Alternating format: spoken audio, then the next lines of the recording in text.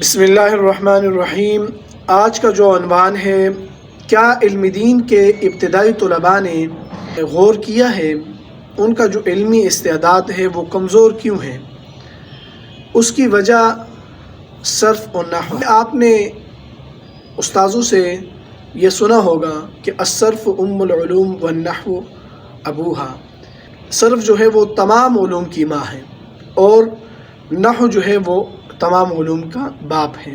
جس طرح دنیا میں اگر کوئی اپنے ماں باپ کا خیال نہیں رکھتا تو اس کے لیے دنیا میں بہت ساری پریشانی ہے، اور آخرت جو آنے والی زندگی ہے اس میں بھی بہت زیادہ پریشانی اسے اٹھانا پڑتی ہے۔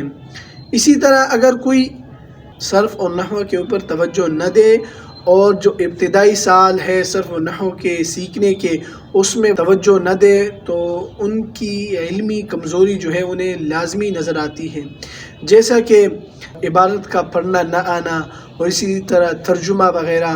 یہ چیزیں جو ہے اگر آپ کی کمزور ہے تو ہمارے جامعہ الحسنین پشاور روڈ میں یہ مدرسہ ہے، وہاں پر آپ تشریف لائے۔ پوسٹر بھی شو ہو رہا ہوگا جس کے اوپر بالکل واضح طور پر پتہ لکھا ہوا ہے، تو آپ اسے دیکھ کر تشریف لائیے۔